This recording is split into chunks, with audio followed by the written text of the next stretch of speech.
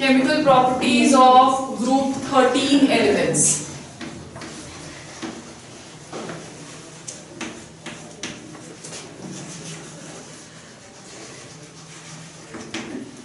Okay, अब group 13 की जब हम लोग केमिकल प्रॉपर्टीज देखते हैं तो हम जनरली देखते हैं कि जो बोरोन है ये सबसे ज्यादा नॉन रिएक्टिव है.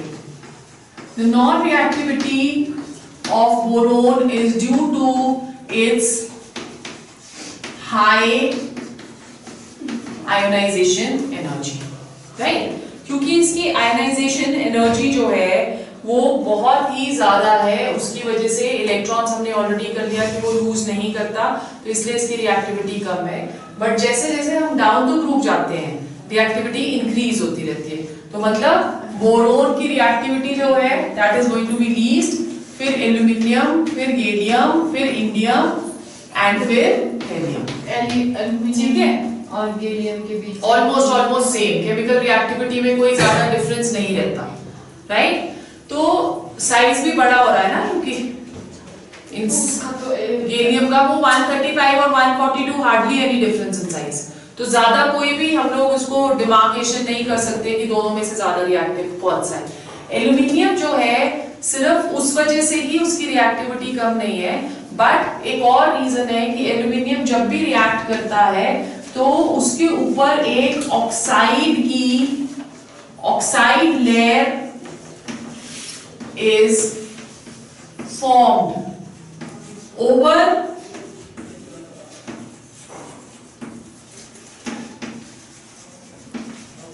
aluminium. Oxide layer is formed over aluminium, which makes it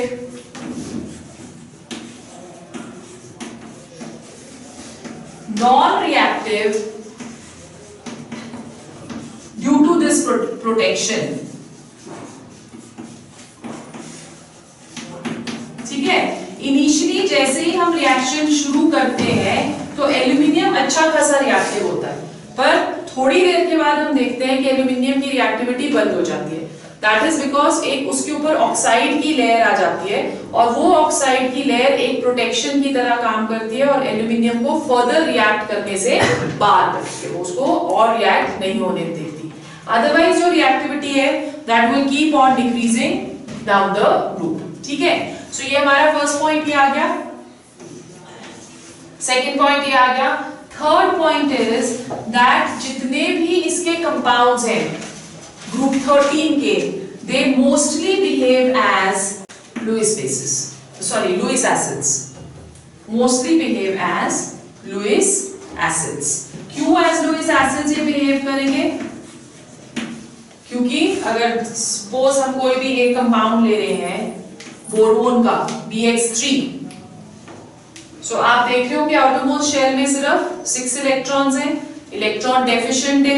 electron deficient होंगे तो they have the tendency to attract electrons. और हम ऑलरेडी पढ़ चुके हैं कि जो भी इक्विलिब्रियम में हमने पढ़ा था कि जिनके पास भी टेंडेंसी होती है to attract electrons, they behave as Lewis acids. So because of deficient octet,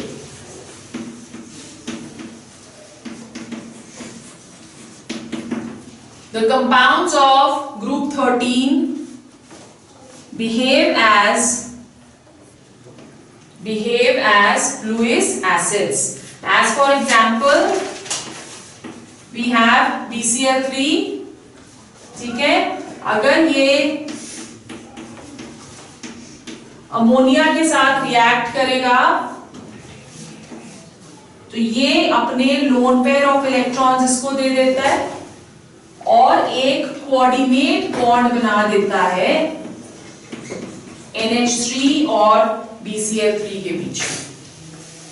ठीक है, ये इलेक्ट्रॉन्स एक्सेप्ट कर रहे हैं ना, इसलिए ये बिहेव कर रहे हैं as what? As Lewis acids. पर acidic character down the group decrease करता रहेगा. मतलब BX3 जो है वो सबसे ज्यादा एसिडिक, फिर उसके बाद AlX3, फिर उसके बाद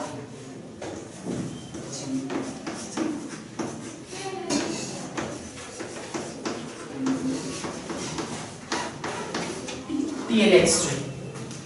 Okay, so acidic character will keep on decreasing down the group due to the reason, due to increase in size. जब साइज इंक्रीज हो जाएगा तो क्या होगा कि जो आउटरमोस्ट शेल है वो न्यूक्लियस से सबसे दूरी पे, इनकमिंग इलेक्ट्रॉन को वो अट्रैक्ट नहीं कर सकता। क्योंकि वो इनकमिंग इलेक्ट्रॉन को अट्रैक्ट नहीं करेगा तो उसकी जो एसिडिक स्ट्रेंथ है वो डिक्रीज हो जाएगी। ठीक है, so down the group acidic strength that will keep on decreasing. So let's see किस तरह से ये रिएक्ट करते हैं। First is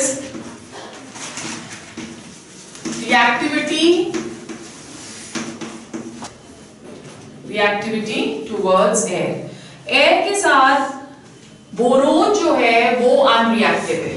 boron is unreactive at ordinary temperature, मतलब बोरोन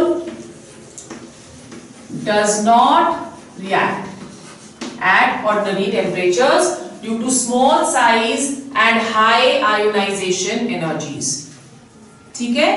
सेकेंड, एल्यूमिनियम की, as I just told you, जब aluminium की रिएक्शन हम शुरू करते हैं विद एयर तो aluminium reacts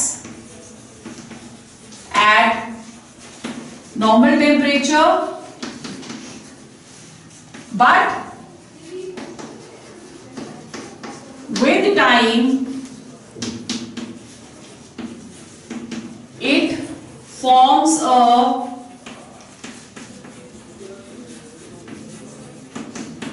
protective layer which renders it non-reactive. A protective layer which renders it non-reactive. Generally अगर हम लोग देखें तो ये ऑक्सीजन के साथ रिएक्ट करते हैं to form compounds of the type E2O3. ठीक है, जैसे फॉर एग्जाम्पल अगर एल्यूमिनियम रिएक्ट कर रहा है तो aluminium plus eight normal temperature ये हमें दे देगा 2Al2O3। क्या बुलाते हैं Al2O3 को हम? एल्यूमिनियम ऑक्साइड को बुलाते हैं। कॉमन नेम क्या किया था हमने? कोरेंडम किया था ना, बॉक्साइड किया था जिसमें वाटर ऑफ क्रिस्टलाइजेशन होता है, और कोरेंडम किया था जिसमें वाटर ऑफ क्रिस्टलाइजेशन नहीं होता। उसी तरह से ये क्या कहते हैं उसको, नाइट्रोजन के साथ भी रिएक्ट करते हैं to form compounds of the type En। ठीक है, जैसे अगर हम एल्यूमिनियम की रिएक्शन कर रहे हैं with N2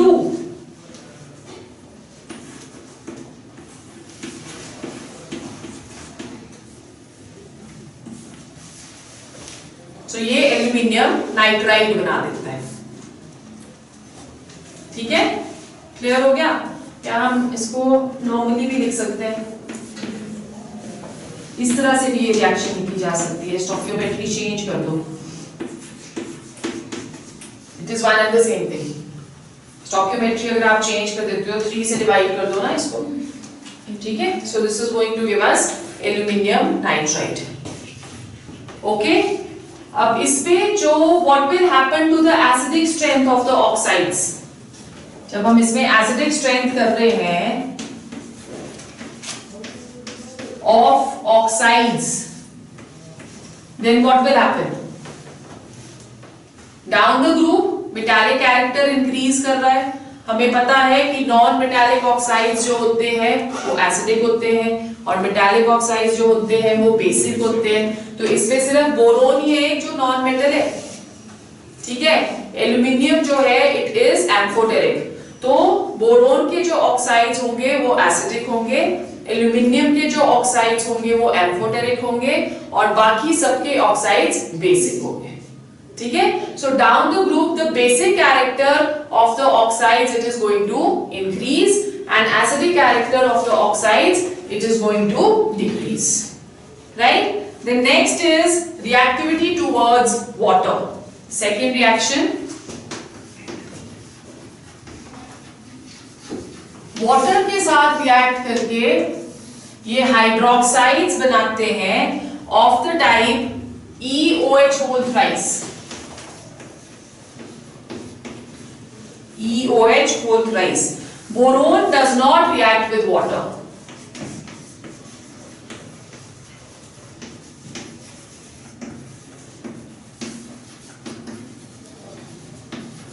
boron does not react with water. Aluminium जो है उसको हम लोग रिएक्ट कर सकते हैं. It is attacked by cold water. तो रिएक्शन क्या होगी?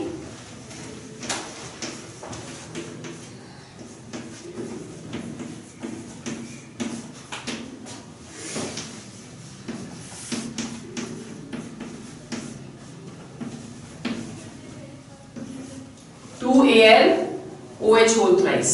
ठीक है. और इसके साथ hydrogen is also liberated. Clear हो गया? फिर गैलियम और इंडियम जो है अगेन ना वो कोल्ड वाटर के साथ रिएक्ट करते हैं ना ही हॉट वाटर के साथ.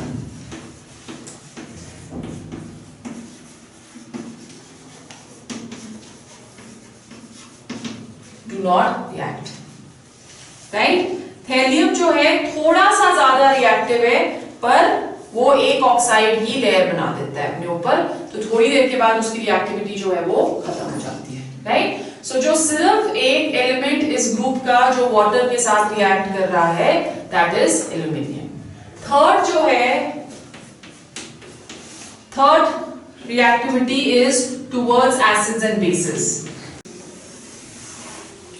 Reactivity towards acids and bases. Boron does not react.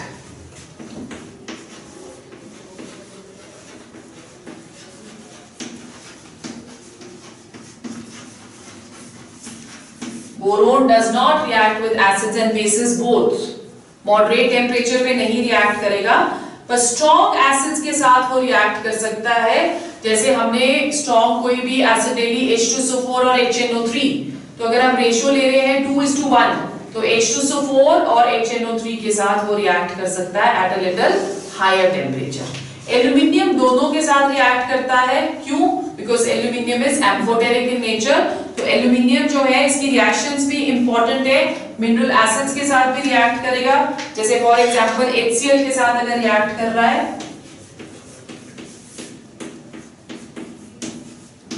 plus HCl, it is going to give us AlCl3 aluminium chloride. ठीक है. और इसके साथ it gives us hydrogen. Balance करो तो रिएक्शन 2 6. ठीक है. उसी तरह से it also reacts with NaOH.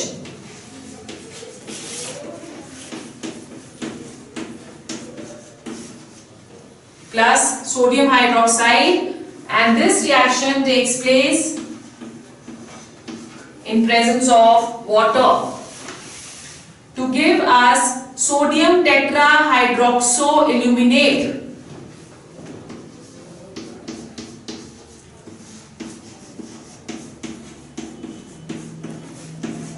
Sodium लिखो इसका नाम सोडियम टेट्रा हाइड्रोक्सो एल्यूमिनेट. ठीक है. And hydrogen.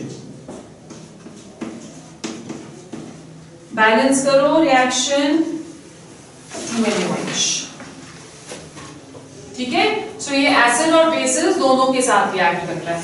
पर यहां पे भी एक एक्सेप्शन है कि एल्यूमिनियम को अगर सपोज हम HNO3 के साथ रिएक्ट करेंगे तो सिर्फ थोड़ी देर के लिए रिएक्ट करता है. उसके बाद वो अनरिएक्टिव हो जाता है टुवर्ड्स concentrated या dilute HNO3 due to formation of a protective layer. Oxide की एक लेयर बना लेता है. ठीक है. क्लियर हो गया? Understood. Alright. Then last is reactivity towards halogens. Reactivity towards halogens. Halogens के साथ ये कंपाउंड्स बनाता है ऑफ द टाइप EX3. जैसे फॉर एग्जांपल अगर बोरोन के साथ रिएक्ट कर रहा है तो ये कंपाउंड बनाएगा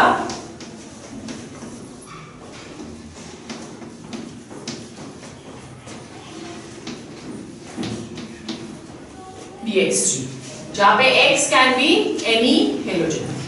ठीक है, सो अगर सपोज फ्लोरीन के साथ बना रहा है तो 2 bromine plus 3F2 to give 2 BF3।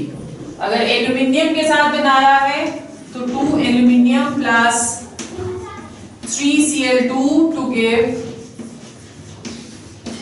2 AlCl3। और ये जितने भी हैलाइड्स हैं ये सारे के सारे लुईस एसिड्स की तरह बिहेव करते हैं। ठीक है।